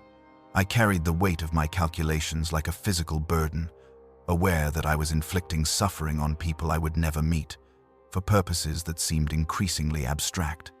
The work continued. Calculation after calculation, world after world. I processed tithe assessments for agricultural planets, hive worlds, forge worlds, feral worlds, feudal worlds, death worlds. Each had its own circumstances, its own capacity to contribute, its own population that would bear the burden of imperial demands. Some calculations were straightforward. Others were agonizingly complex, requiring consultation with senior adepts and extensive modeling to determine sustainable tithe levels. Occasionally, we calculated that a world's tithe should be decreased because it was being overtaxed to the point of imminent failure. More often, we calculated increases as sector needs grew or planetary capacity improved. The mathematics were clean and logical. Input data, apply formulas, generate outputs. But the implications were messy and tragic. Behind every number were individual lives being shaped and destroyed by our decisions. 3 months into my assignment with Calculation Team Theta 7, we received a case that would haunt me for years. The world was designated Salvar's Reach, a recently compliant planet in the sector's edge regions. The world had been brought into the Imperium only 50 years earlier through military conquest after its human population had descended into barbarism during the Age of Strife. The survey data painted a picture of a struggling world. Population approximately 800 million, mostly concentrated in scattered settlements using pre-industrial technology. Limited manufacturing capacity. Agricultural output sufficient for local needs but producing minimal surplus. Recent plague outbreak had killed approximately 30% of the population in affected regions. The sector Administratum was requesting a tithe assessment to determine what the world could contribute. My team was assigned the calculation. I reviewed the data with growing unease. Salvar's Reach was barely functional by imperial standards. Its population was recovering from catastrophic plague losses. Its technology level was primitive. Its infrastructure was minimal. Any significant tithe would push the world toward collapse. But the sector had needs. Military campaigns in nearby regions required manpower. The world's population, though technologically backward, could be trained for the Imperial Guard. The calculation formulas indicated a recommended tithe of 60,000 soldiers over 5 years, plus modest material contributions of raw resources the world possessed. 60,000 soldiers from a population of 800 million seemed reasonable by the formula's logic. Less than 1% of the population over 5 years. But the survey data showed this was a post-plague population, skewed heavily toward the very young and very old. The working-age population that would provide those soldiers was much smaller. 60,000 would represent a devastating loss. I ran alternative calculations, searching for justifications to recommend a lower tithe. The formulas were inflexible. The world's classification and circumstances generated the 60,000 soldier recommendation with mathematical certainty. I could not find errors in the logic. I submitted my calculations to Senior Scribe Ven with a notation expressing concern about the tithes' impact. She reviewed my work, then brought the case to Division Chief Throne for consultation. Throne examined the calculations with his augmented cognitive systems, processing the data at speeds I could barely follow. "The mathematics are correct," he concluded. "The recommended tithe falls within acceptable parameters for a world of this classification. The plague impact is noted, but does not alter the fundamental calculation. Salvar's Reach will recover its population over time. The Imperium requires these soldiers now. But the world may not survive this extraction," Ven argued carefully. "The population is fragile. Removing 60,000 of their most capable individuals could trigger systemic failure. Then the world will fail, and we will reassess its tithe classification accordingly." Throne replied, his mechanical voice devoid of sympathy. "Our task is to calculate what the Imperium requires from each world, not to protect individual worlds from Imperial demands. If Salvar's Reach cannot meet its obligations, it demonstrates insufficient value for continued Imperial investment." The recommendation was approved and transmitted. Salvar's Reach would provide 60,000 soldiers. The world's fate was now determined by mathematics I had performed. I learned later, through archived reports I had no authorization to access but read anyway, that Salvar's Reach did indeed fail. The loss of 60,000 individuals, primarily males aged 16 to 40, created labor shortages that cascaded through their primitive economy. Agricultural output declined. Infrastructure maintenance ceased. Within 3 years, the world had descended into famine and civil conflict. An Imperial Guard regiment was deployed to restore order, and the world's tithe classification was revised downward to account for its reduced capacity. My calculations had destroyed a world, not through error, but through accurate application of approved formulas that prioritized Imperial needs over planetary survival. The human cost had been catastrophic. This was the essential truth of tithe calculation. We optimized for Imperial benefit without regard for individual suffering. The Imperium was a machine that consumed worlds, and we were the clerks who calculated precisely how much could be extracted before the fuel was exhausted. Other cases followed. A Hive world pleading for reduced tithe due to contaminated water supplies affecting worker productivity. Request denied. Tithe increased to compensate for neighboring worlds' inability to meet obligations. An agri-world devastated by unexpected climate shift, requesting temporary relief. Relief granted for 1 year, then tithe doubled to recover the shortfall. A Forge world requesting increased military protection in exchange for tithe reductions. Request partially granted, but tithe maintained at existing levels. Each decision was mathematically justified. Each decision inflicted suffering, measured in millions of lives. We were taught this was necessary, that the Imperium could not survive without ruthless extraction of resources. Perhaps that was true. Perhaps the alternative was humanity's extinction at the hands of countless enemies. But the necessity did not make the work less horrific. I began to understand why Calculus Adept Throne had been so heavily augmented. His emotional centers had been suppressed or removed because human psychology could not indefinitely sustain this work while retaining full emotional capacity. The guilt would eventually break someone who truly felt the weight of their calculations. Augmentation allowed him to function without that burden, to calculate efficiently without being paralyzed by the implications. Some of my teammates managed through different coping mechanisms. Senior Scribe Ven maintained strict professional distance, never allowing herself to think about the tithe assessments as representing actual people. Junior Scribe Cataf had developed a philosophy that imperial service was itself a blessing for planetary populations, that being tithed meant having value and purpose within the greater machinery. I suspected both were merely elaborate forms of denial, but they seemed to function. I found no such comfort. The knowledge from the archives combined with the immediate responsibility of tithe calculation to create an awareness I could not escape. I knew the Imperium's history of cruelty. I now participated actively in that cruelty, calculating precisely how much suffering each world should endure for the greater good. The work consumed my waking hours and invaded my sleep.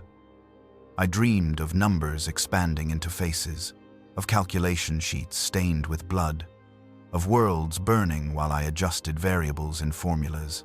I woke exhausted, dragged myself to the calculation halls, and performed the work because there was no alternative. During my 3rd year in tithe calculation, I made my first significant error. A decimal point misplaced during a complex population adjustment calculation. The error resulted in a world being assessed at 10 times its actual capacity. The mistake was caught during routine verification before implementation, but the consequences for me were severe. I was summoned before Division Chief Throne and the sector's audit proctor, an Administratum official responsible for investigating calculation errors that could indicate incompetence or sabotage. The interrogation lasted 6 hours, during which every aspect of my calculation process was examined in exhaustive detail. They reviewed my training records, my psychological assessments, my work history across 12 years of Administratum service. The conclusion was incompetence rather than sabotage, which meant I would not be executed. Instead, I received formal censure, reduction in rations for 30 days, and assignment to remedial calculation training.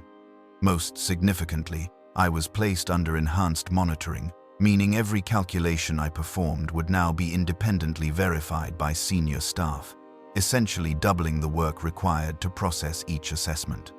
The shame was worse than the punishment.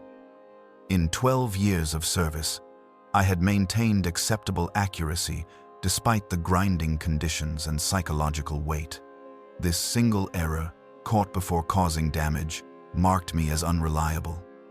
My designation would forever carry the notation of calculation error, affecting any future assignments or advancement opportunities. Not that advancement mattered. There was nowhere to advance to within the Administratum, except increased responsibility and marginally better conditions. The end result was always the same: serve until body or mind failed, then be discarded and replaced. I returned to my work with the enhanced monitoring in place. Each calculation now took twice as long as senior scribes verified my every step. The inefficiency was frustrating, but I understood its necessity.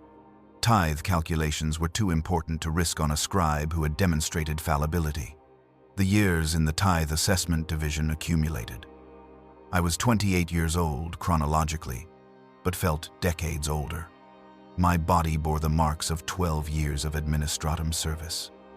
Damaged eyes despite augmentation, arthritic hands, chronic pain in my back and shoulders, digestive issues from years of poor nutrition, psychological trauma from accumulated exposure to suffering both personal and calculated. I had processed tithe assessments for hundreds of worlds. I had calculated the conscription of millions into the Imperial Guard, the extraction of resources that would impoverish billions, the allocation of suffering across entire planetary populations. The mathematics were always correct. The human cost was always catastrophic. This was my contribution to the Imperium, not heroic service on battlefields or grand achievements of administration, but the quiet horror of calculating exactly how much could be taken from each world before it broke completely. I was a component in the extraction machine, a tool for optimizing suffering in service to humanity's survival. The Emperor protects, the litanies assured us. But in the tithe assessment division, surrounded by calculations that determined the fate of worlds, his protection looked indistinguishable from calculated cruelty. We served humanity by grinding it down, measuring precisely how much weight each segment could bear before collapse. And I continued serving, because there was no alternative, because the machine required my function, because individual conscience was irrelevant to imperial necessity. One calculation at a time, one world at a time, I participated in the mathematics of empire. This was duty. This was service. This was the terrible arithmetic that kept the Imperium functioning while destroying those who performed it. I have served the Administratum for 40 years. I survived not through strength, but through becoming exactly what the system required. Hollow, efficient, replaceable. I thought avoiding the battlefields meant avoiding death, but I was wrong. Administration is merely slower execution. The soul ground down one document at a time until nothing remains but function. Billions serve as I have served, each believing their suffering unique while being utterly identical. We are components in a machine that digests lives as surely as war, just more slowly, more completely. My records will outlast me, continuing to serve long after my body fails at some anonymous desk. This is not tragedy but function. I am a tool that served its purpose. I died the day they chose me at 16, but it took 40 years for the corpse to stop moving. The Emperor's bureaucracy protects humanity by consuming it, one scribe at a time, leaving nothing behind but data and dust. The work continues. The work always continues, forever.